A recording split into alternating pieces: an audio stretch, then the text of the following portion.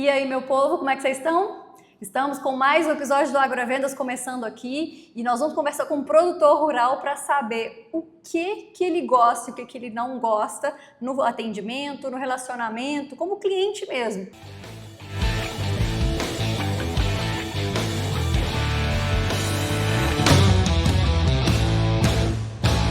Nós vamos ouvir aqui hoje a opinião de uma pessoa muito importante, Roberto Fugalt.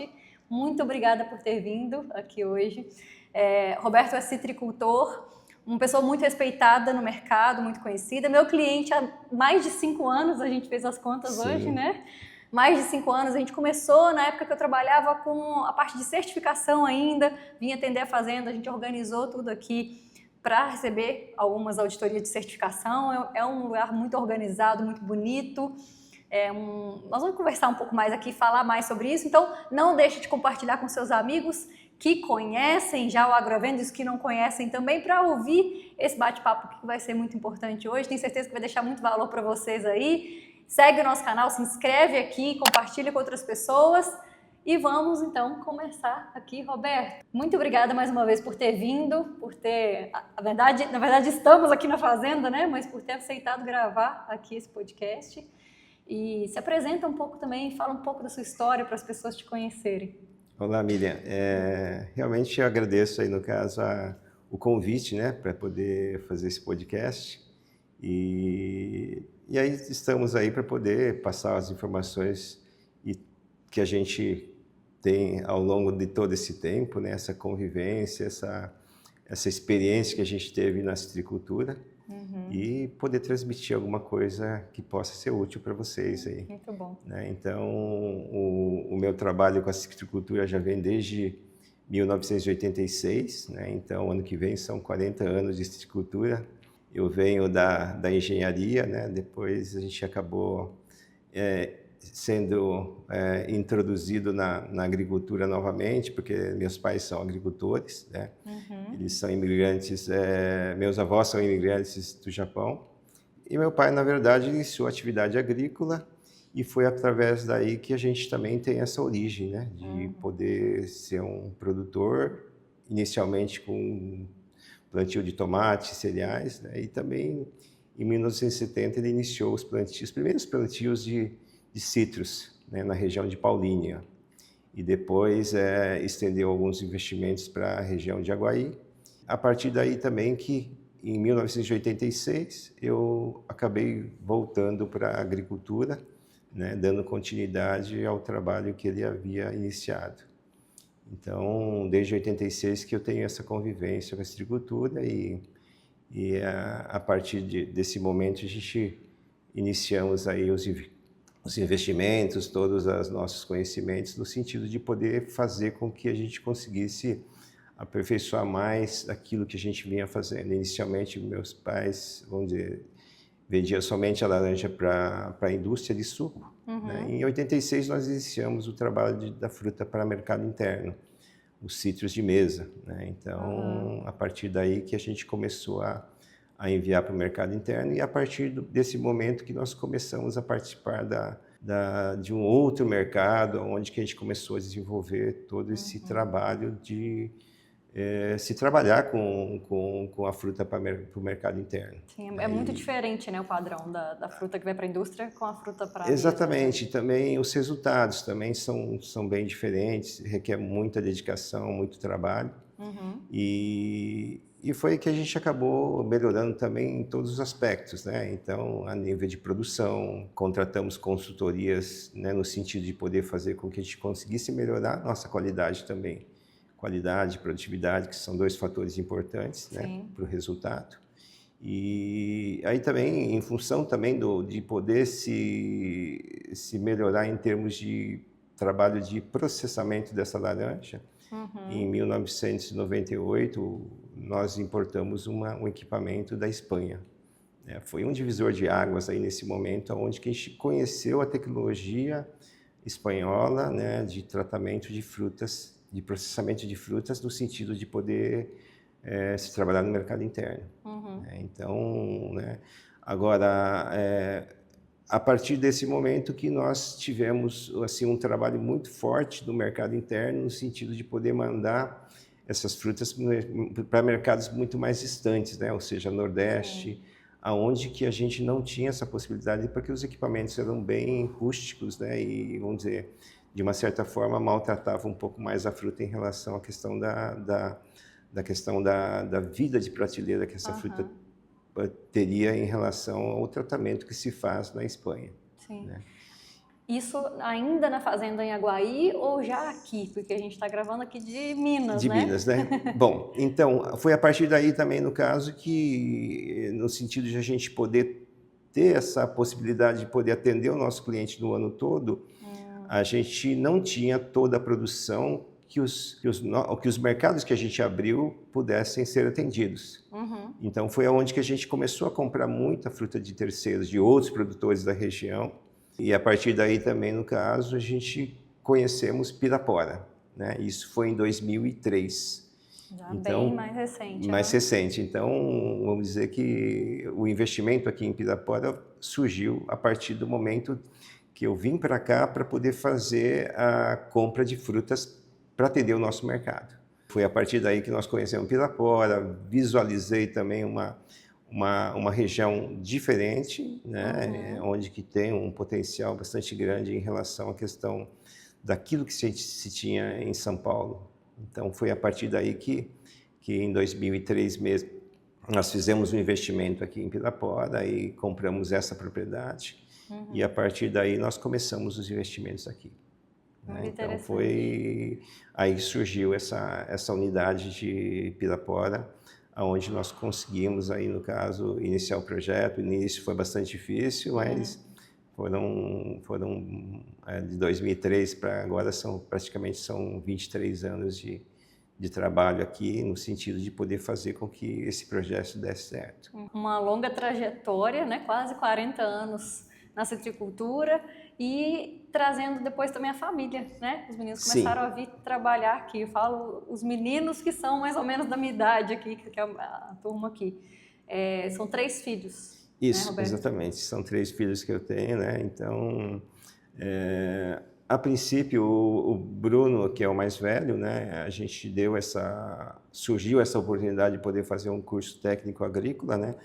E aonde que ele abraçou isso como sendo um objetivo para a vida dele, para a carreira dele também, no caso. Então, onde que ele abraçou essa ideia de poder fazer o curso técnico agrícola. E foi a partir daí também que ele depois, na sequência também, fez um estágio fora do país, depois acabou também fazendo a faculdade fora também.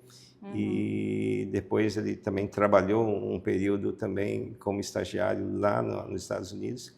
E depois ele retornou para o Brasil. Né? Retornando para o Brasil, aí surgiu essa oportunidade de poder vir para cá.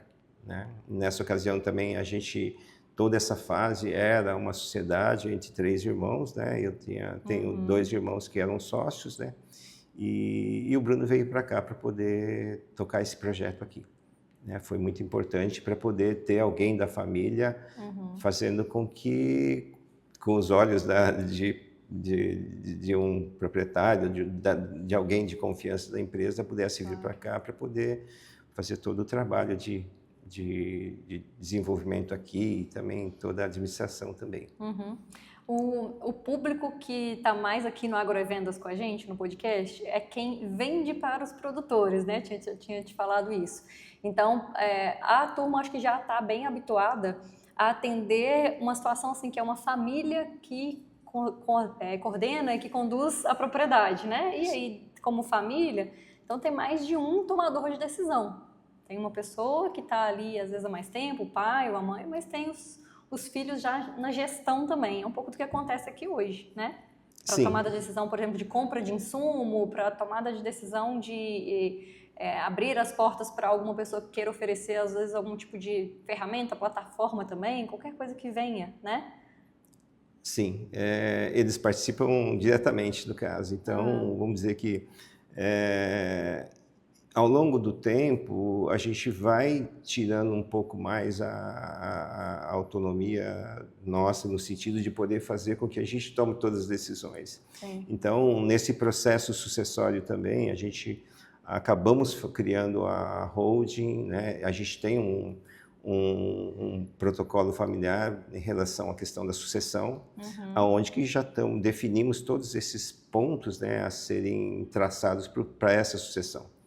Então, eles já são sócios da empresa, cada um tem uma função na empresa. Então, no caso, o Bruno vem da agronomia, a Gabriela e a Carolina também elas são contadoras, elas fizeram administração de empresas também.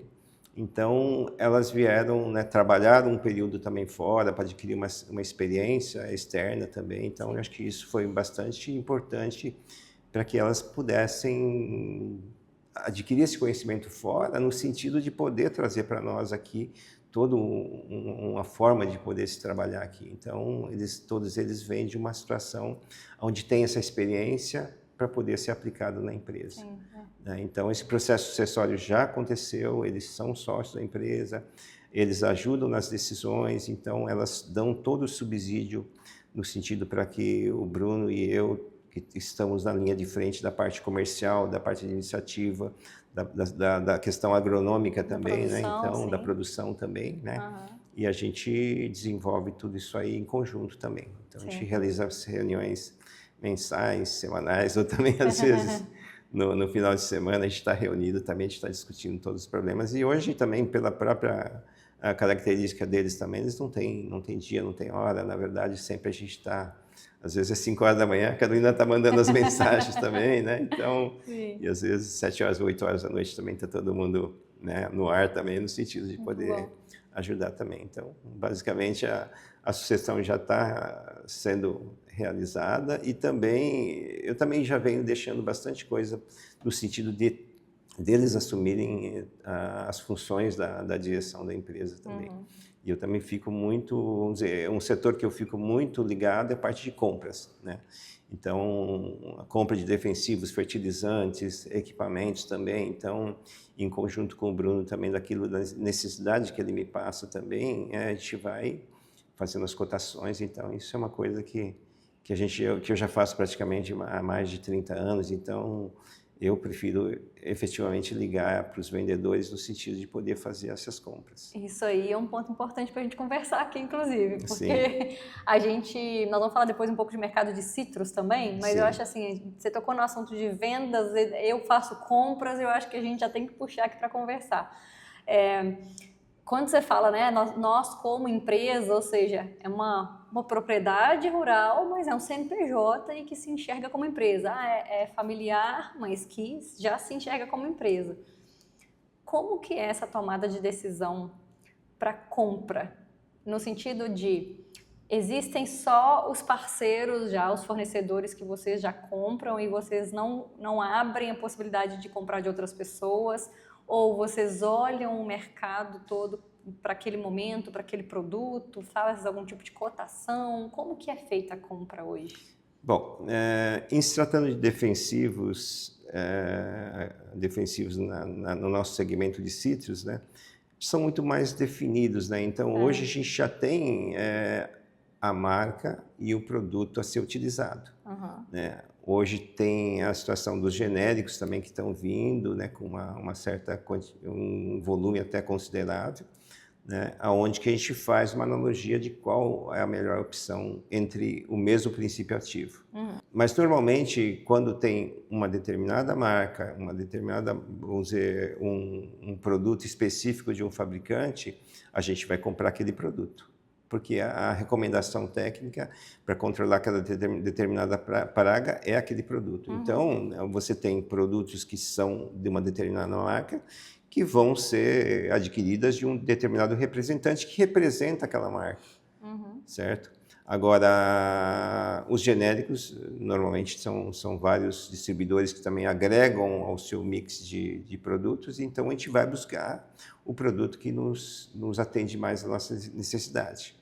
Agora, não adianta, hoje é questão de preço e atendimento, né? Então, a gente tem diversos vendedores, diversas formas de poder nos atender, né? Então, a gente vai selecionar aquele que mais nos atenda, né? Vamos dizer, quando a gente tem um produto de uma determinada marca e e tem o produto que a gente quer mesmo, a gente vai ter que cair na mão de um distribuidor que seja daquela marca, e também a questão de preço, né? Então, a citricultura na região aqui não é tão forte assim como em São Paulo. Sim. Como a gente tem a origem de São Paulo, no caso, os contatos de todos os vários distribuidores da região, então a gente faz uso dos distribuidores de lá, porque tem condições melhores pelo alto volume que eles vendem, né? Mas a seleção é feita em função de toda essa logística de poder trazer de lá para cá, para poder fazer com que a gente tenha um estoque, assim, vamos dizer, até um estoque considerável de algum produto, para poder fazer com que a gente consiga estar utilizando, porque existe essa distância de lá para cá, no sentido de poder nos atender, né? E eu lembro que a gente conversou esses dias sobre isso também. Uma coisa que você comentou é assim, ó, tem alguns outros produtos que não são produtos que a gente usa no dia a dia tanto, e de repente eu preciso comprar. Eu não guardo estoque, eu preciso comprar. E tem a questão, a grande questão, que é qual que é a velocidade que o vendedor te atende na hora que você pede uma cotação. Fala um pouco disso, isso é importante a gente discutir. Isso é uma coisa muito, assim, muito da gestão da revenda também, no sentido de poder ter essa rapidez, né? Essa rapidez de informação, de preço, de entrega também. Então, tudo isso, na realidade, vem a fazer com que a gente conheça também o perfil de cada um, e a gente fica, assim, negociando com eles no sentido de poder fazer com que a gente consiga nos atender em função da nossa necessidade. Para ver, tem hora que o Bruno me pede um produto, eu preciso para hoje.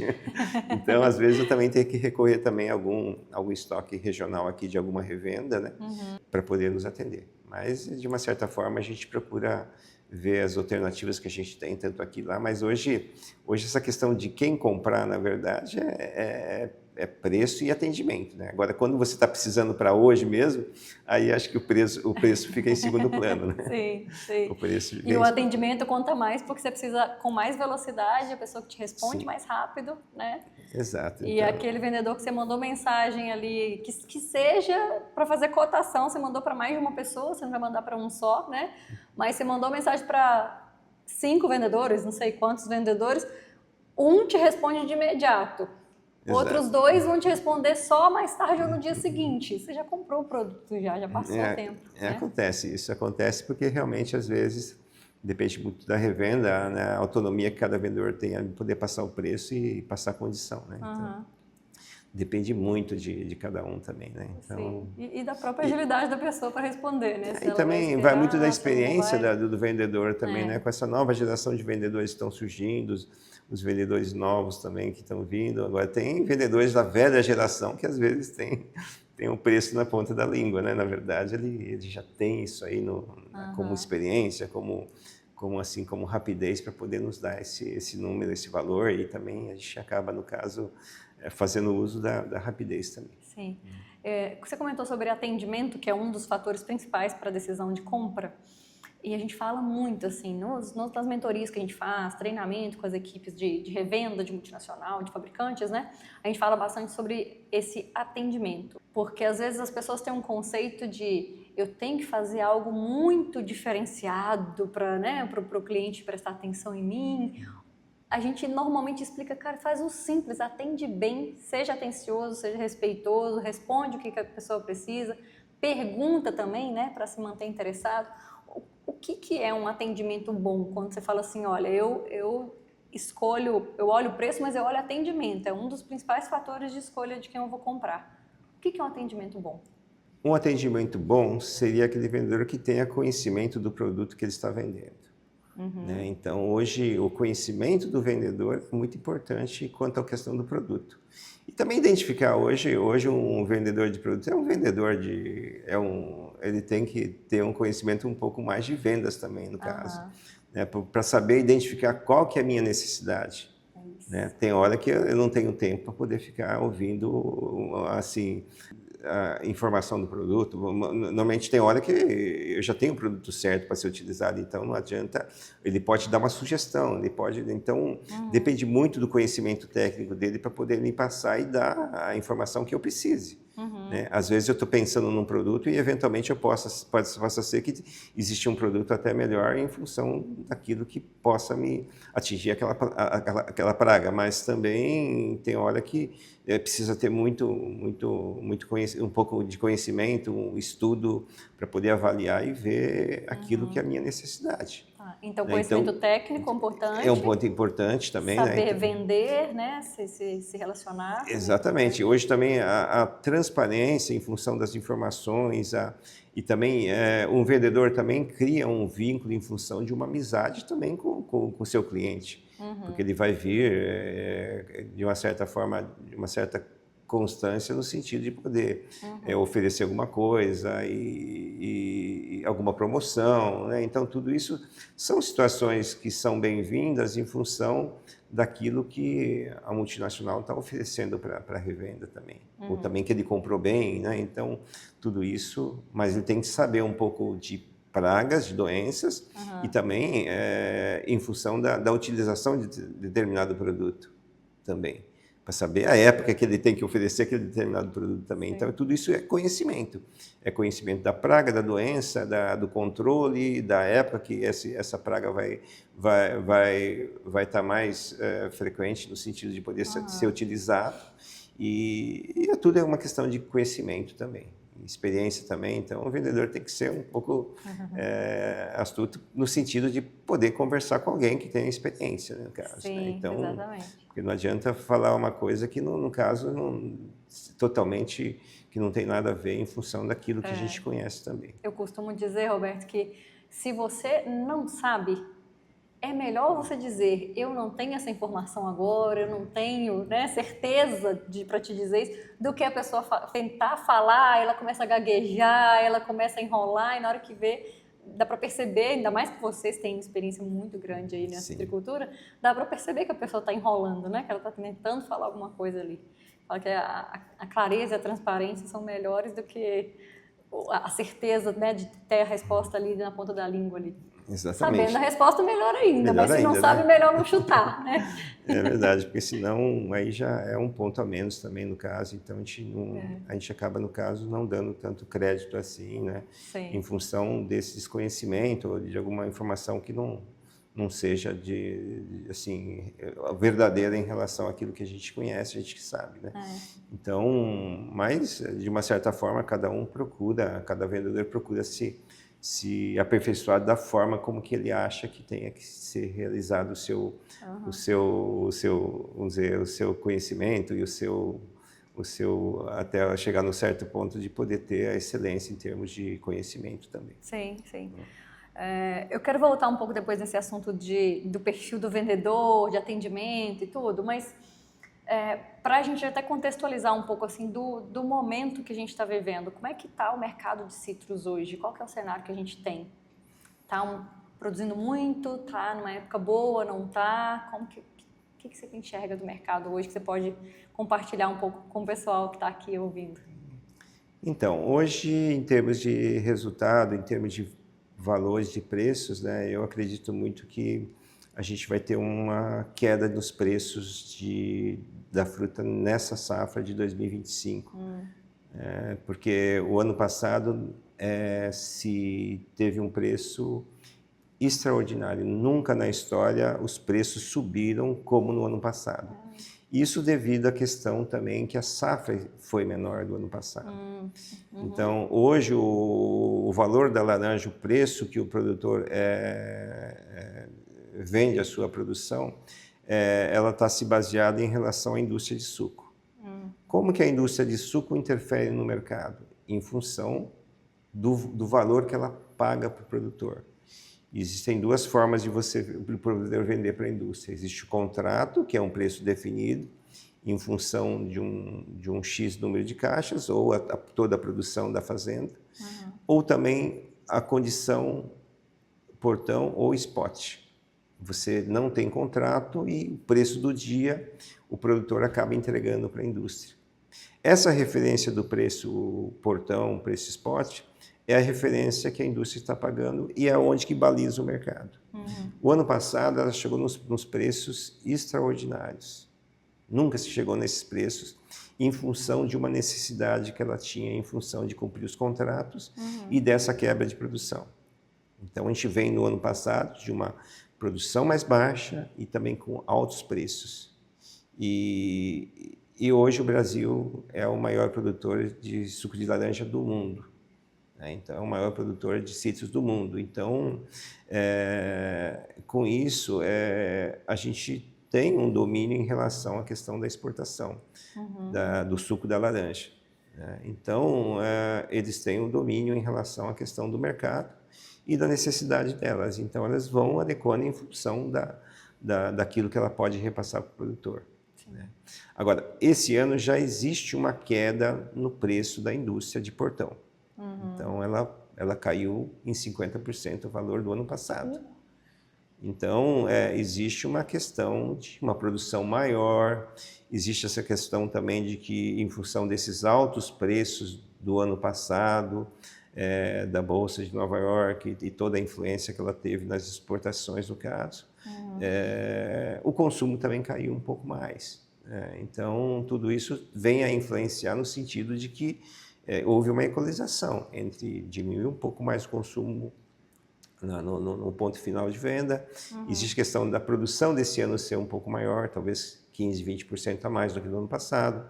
Então, tudo isso vem a refletir em relação ao resultado que o produtor vai receber. Então, esse ano a gente tem uma situação um pouco diferente em termos de mercado. Agora, vamos falar em termos de doenças, Então, o Brasil sofre atualmente uma situação muito crítica em relação à questão do greening, que é a doença que vem assolando aí todo produtor, todo citricultor, no caso do Brasil, e também, vamos dizer que, se a gente fizer um comparativo com a Flórida, no caso, a Flórida produzia 240, 250 milhões de caixas no passado, só que hoje está produzindo 16 milhões. É menos do que 15, 12 a 16, vamos dizer. Então, ela é menos do que 10% daquilo que ela produzia. Então, existe uma necessidade de poder se fazer a exportação para lá também. Mas só o Brasil não tem somente os Estados Unidos, tem a Europa também. Então, de uma certa forma, ela divide o suco para outros países também. Mas, e com essa entrada do greening no Brasil, que já vem há vários anos, a gente vem de uma citricultura muito diferente daquilo que a gente praticava isso quando eu iniciei há 39 anos atrás, no caso. A gente fazia 4 aplicações de defensivos por ano, 4, 5 no máximo, por ano. Hoje a gente faz 4, 5 por mês. Então você vê a grande diferença em relação à questão da aquisição de defensivos agrícolas. Um custo muito mais alto de produção. Muito mais alto hoje. Então a gente tem uma situação muito diferente daquilo que era no passado. Sim. Então, vamos dizer que hoje os fabricantes de defensivos, que na realidade vão colocar esses produtos no mercado para serem utilizados, no caso, hoje ele tem um volume considerável de produtos para serem vendidos para poder controlar essa doença, assim como as outras que já tinham na citricultura. Sim. São Paulo é o maior produtor do Brasil de Sim, São Paulo é o maior produtor de cítricos do mundo, na verdade. Do mundo também? Do mundo também, Porque hoje ela tem uma área extensa, E mesmo com a vinda dessa doença, no caso, isso tem resistido muito à questão das regiões produtoras também. Então, a região produtora está migrando de região para região. E hoje está se espalhando um pouco mais pelo país também. Então, tem investidores que têm, vamos dizer, Minas Gerais, Mato Grosso também, parece Mato Grosso do Sul também tem investidores também que estão indo para lá. A gente tem uma produção na Bahia também, então tem em Sergipe também, tem 2 fábricas lá. Então, tudo isso vem fazendo com que esteja uma descentralização em termos de produção. Então, São Paulo era um grande produtor, sempre foi, centralizava muita produção. Mas tem outras regiões que estão surgindo, regiões novas, onde que estão espalhando aí essa produção de Sim. cítricos. Até quando a gente fala de Minas, né? A gente está falando daqui que é mais norte de Minas, na região aqui, né? Já é caminhando para o norte, mas sul de Minas também tem uma produção considerável, né? Também tem investidores indo para o sul de Minas também. Então, de uma certa forma, a citricultura tem espalhado em várias regiões, vários estados diferentes. Então, eu acho que isso vem a fazer com que tenha uma descentralização em termos de produção. Sim. E essa turma que está vindo atender, quando a gente, né, você falou da parte técnica que é importante a pessoa conhecer, essa turma está preparada, conhece do mercado, por exemplo? Porque uma coisa fala assim, uma coisa é você conhecer sobre os produtos que você tem, o seu portfólio e saber falar sobre isso. A outra situação é você saber também sobre o mercado do produtor. Você percebe que as pessoas que estão vindo vender insumo, elas também conhecem desse cenário todo que você falou aqui de citros, onde são as regiões as maiores produtoras, como que está o cenário hoje com o greening, quais são as práticas que têm que ser feitas? Existe esse conhecimento, esse preparo? Assim, hoje as revendas, né, eles treinam os vendedores de forma a poder, tendo o portfólio de produtos, né, então eles vão direcionar para cada praga, para cada doença, no sentido de poder orientá-los, né? Agora, eles sabem especificamente daquele produto, mas hoje também existe um tratamento, né? Então, não é só combater aquela praga. Hoje, às vezes, a praga ela tem uma sequência de crescimento em relação a determinados momentos, né? Então, muitas das vezes, esse tratamento aí é um pouco em função da consultoria que você tenha, no sentido de poder dar esse tratamento daquela doença, daquela praga, no sentido de poder ter toda aquela sequência de cuidados, né, em todas as fases da praga, no caso.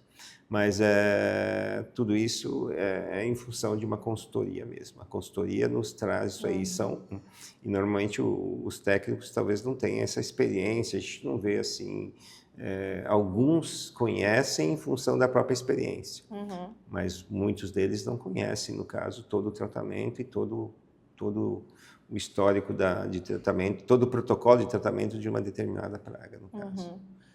E qual que é o tipo de conhecimento, assim, que será, sem ser a parte técnica, que você percebe que agregaria, assim? O que um vendedor conversa com você na hora que ele te atende que você fala, gostei dessa pessoa, achei essa pessoa interessante para conversar mais vezes. Vou comprar dele porque eu quero conversar mais vezes com ele. Tem alguma coisa assim? Nesse caso, eu vejo que o vendedor bom ele tem que ter muito conhecimento em todos os aspectos, né? Então, não só a nível técnico, mas a nível vamos dizer, de controle, toda a parte técnica que envolve o produto e a praga também. Então, e também toda essa questão também de poder saber vender também, né? Porque, na verdade, existem momentos que ele tem que ser um vendedor, né? Tem hora que ele tem que ser um consultor, na verdade. Então, todas essas situações ele tem que tá se aperfeiçoando no sentido de poder dar essas informações. Então, a gente nota assim, ó, esse vendedor é diferenciado. Ele busca, ele corre atrás, ele adquire conhecimento, ele me atende mesmo rapidamente, ou em outro horário de trabalho também, ou fora de horário de trabalho também. Então, tudo isso é uma questão também em função da presteza desse profissional, no sentido de poder atender, porque às vezes a gente quer essa informação rápida, mas às vezes a gente não consegue. Então, tudo isso já é um ponto negativo, porque a gente acaba, no caso, principalmente porque a venda é muito mais por telefone, né? Então, presencial se tem muito pouco trabalho em termos presenciais, né? Então, eu acho que depois da pandemia também, do isolamento também, muita coisa mudou também em termos de vendas, né? Então, se vende muito mais por telefone, por WhatsApp, então tudo isso é uma coisa que mudou o perfil também. Não adianta ter o preço bom, não adianta ele ser bom tecnicamente se ele não fizer o resto, né? Se ele não te atender bem, atender rápido. Não funciona. Porque na verdade, se está ligando, quer dizer que está cotando, tem necessidade de comprar o produto também, né? Porque hoje também as pessoas, no caso, pouca gente faz estoque, né? Então, o estoque daquilo que é básico, necessário, ou eu preciso comprar X quilos desse produto, porque realmente eu vou utilizar, né? Então, mas tem os produtos que a gente vai adquirir conforme a necessidade. Sim, senão o que acaba virando, a gente chama de tirador de pedido, né? Ou seja, a pessoa que ela não sabe manter uma conversa ou render, fazer essa conversa continuar ali, que seja no WhatsApp ou no telefone, né? Ela não tem nada para agregar, ela não entende nada do mercado, ela só sabe te responder se ela tem ou se ela não tem um produto, o preço e acabou. E se de repente, às vezes, ela tem um outro produto também que te atende tanto quanto o que você pediu, às vezes ela deixa de vender. A gente vê muito isso acontecer. Porque ela não sabe oferecer, ela só sabe dizer, não tenho. É o tirador de pedido. E só se vier certinho o pedido que ele tira, senão ele não consegue. Tem alguma história assim que você lembra assim, de alguns atendimentos assim, muito ruins que você já teve, de algumas experiências assim, com o vendedor que você fala, meu Deus do céu, essa pessoa eu não consigo mais? Eu acredito que é o vendedor que não tem muito conhecimento daquilo que ele está vendendo também, né? Então, do produto que ele está vendendo, ou do portfólio que ele tem para vender também. Isso, na verdade, assim, ele tem que ter isso, ele tem que ter na ponta da língua esse conhecimento do produto, né? Eu lembro, sabe o que? Eu lembro vou citar o nome dele aqui, eu lembro do Bruno, falando assim uma vez ai meu Deus, que o povo às vezes chega e nem conhece vocês, né? Primeira abordagem, primeira conversa às vezes do vendedor, e ele já quer saber quantos hectares tem, o que está plantado, né? O que tem aqui dentro, e assim, meu Deus, calma. Nem te conheço, peraí, quem é você? O que você tem para me oferecer primeiro, né? Não só até de produto, né? Mas assim, o que você está vindo aqui para oferecer, às vezes, de trabalho, de atendimento, de acompanhamento, e a pessoa às vezes já chega atropelando, querendo saber a vida inteira, né? Isso acontece mesmo, mas depende de cada um também, a gente acaba, no caso, convivendo, mas também isso é uma coisa muito particular da empresa também, né? Então...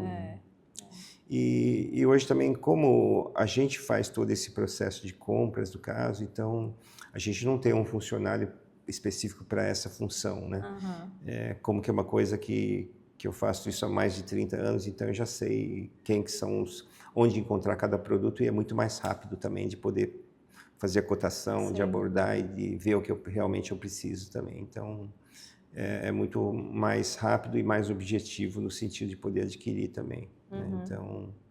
Então a gente não abre uma questão de ter um comprador na empresa, onde o vendedor vem aqui abordar ele. Às vezes, muitas vezes, hoje existe a questão de poder dar um agrado para ele, no sentido de, vou dar um brinde para ele e tal, né? Então, tudo isso a gente acaba eliminando essa etapa no sentido de poder fazer com que isso aconteça. Né? E também acontece às vezes alguns vendedores também que acabam vindo, né, ter acesso ao nosso... O que acontece muitas vezes também às vezes, quando eles vêm entregar aqui, na verdade, eles vêm para poder entregar e depois entra no nosso estoque, porque vai descarregar no nosso estoque. Então, muitas das vezes isso acontece. Eu acho que esse vendedor, que é um vendedor, na verdade, que se torna indesejável, porque ele vai ver o que a gente tem no estoque nosso, né? Então, não que vai fazer uso disso, né? Mas também para poder ver o que a gente utiliza, o que não utiliza. Então, isso é uma coisa que, às vezes, seja o vendedor indesejável que acaba se tornando em relação a poder avaliar e ver aquilo que... Né? Curioso demais, né? Assim, curioso demais. Um curioso que vira quase intrometido, na verdade, né? Exatamente. É indiscreto, então... assim, a pessoa que quer ir lá e ficar olhando ali dentro, né? Sim, exato. Sim.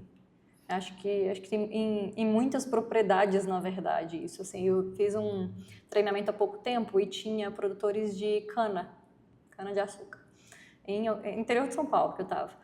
E eu lembro que um deles falou assim, que eu tinha comentado que eu dava treinamento de vendas para o pessoal que atende produtores e tal, e aí ele comentou comigo bem assim, Roberto, ele falou assim, Miriam, eu não sei o que está acontecendo, mas assim, cada vez eu tenho mais dificuldade de ter pessoas que fazem pós-vendas.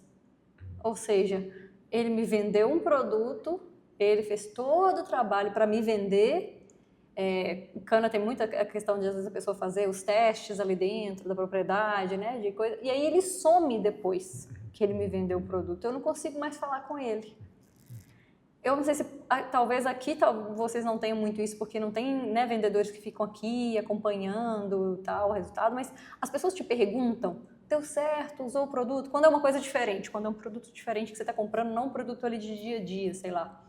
Acontece sim, né? Principalmente de um produto que seja um produto novo, na verdade, em função de uma praga que a gente tenha, que tenha consultado, né? Que tenha analisado, mas a gente já tem todo um protocolo de trabalho, de consultoria também, no sentido de poder fazer com que a gente consiga analisar internamente somente. Então, tem o levantamento de pragas, que na realidade tem os relatórios também, então a gente tem um acompanhamento se o produto está sendo eficiente ou não, então tudo isso é uma coisa que a gente já tem uma equipe só para isso aí mesmo. Né? Já é mais internalizado, acho que cada mercado diferente, cada perfil também dos produtores e da propriedade, né, também, Sim. Roberto, porque não é que necessariamente o mercado de citros todo é assim, vai ter muita propriedade que às vezes não tem todo esse processo, assim, a gente tá falando aqui, gente, de um outro mundo, de outra realidade, a fazenda é super organizada, é certificada, né, tem certificações aí que são uma delas mundialmente conhecida, outra é uma certificação regional aqui, mas importante pra caramba também, que olha cada detalhe do processo de produção, das anotações feitas, né? Vocês têm muito isso de anotar o que está sendo feito, de organizar. Então, assim, é um outro mundo diferente do que a gente vê em muita propriedade, que às vezes não tem um controle nem financeiro e nem de quem está trabalhando, às vezes não tem um consultor que recomenda, e aí tem que ter os vendedores que venham e que a pessoa confie, né? Sim. Que vai fazer essa compra. Já foi assim no começo, na verdade? Acho que desde o início a gente começou a fazer, aperfeiçoar nesse sentido de poder fazer uma estrutura quanto à questão de todos esses controles, né? Então, é certo que o Bruno, em função do conhecimento que ele adquiriu, ele veio a introduzir muitas coisas diferentes. Entendi. E ele gosta de tecnologia, de controles, né? Controle de irrigação, controle de pragas, a questão do controle dos equipamentos também. Então, tudo isso ele gosta muito de ter na mão dele o controle e o conhecimento daquilo que está sendo utilizado e sendo gasto, e também tentar melhorar todo esse rendimento também. Né? Sim, então, uma mentalidade já assim, né, de muitos anos. E também, em função da própria sucessão também, ele vem com outras ideias, né? Então, eu procuro, no caso, da carta branca para ele, no sentido de poder fazer com que ele consiga utilizar todas essas tecnologias também, no sentido de poder dar o subsídio que ele precisa também para tomar de decisões. Né? Muito bom, muito bom. Eu sou uma grande admiradora do trabalho que vocês fazem, já sabem disso.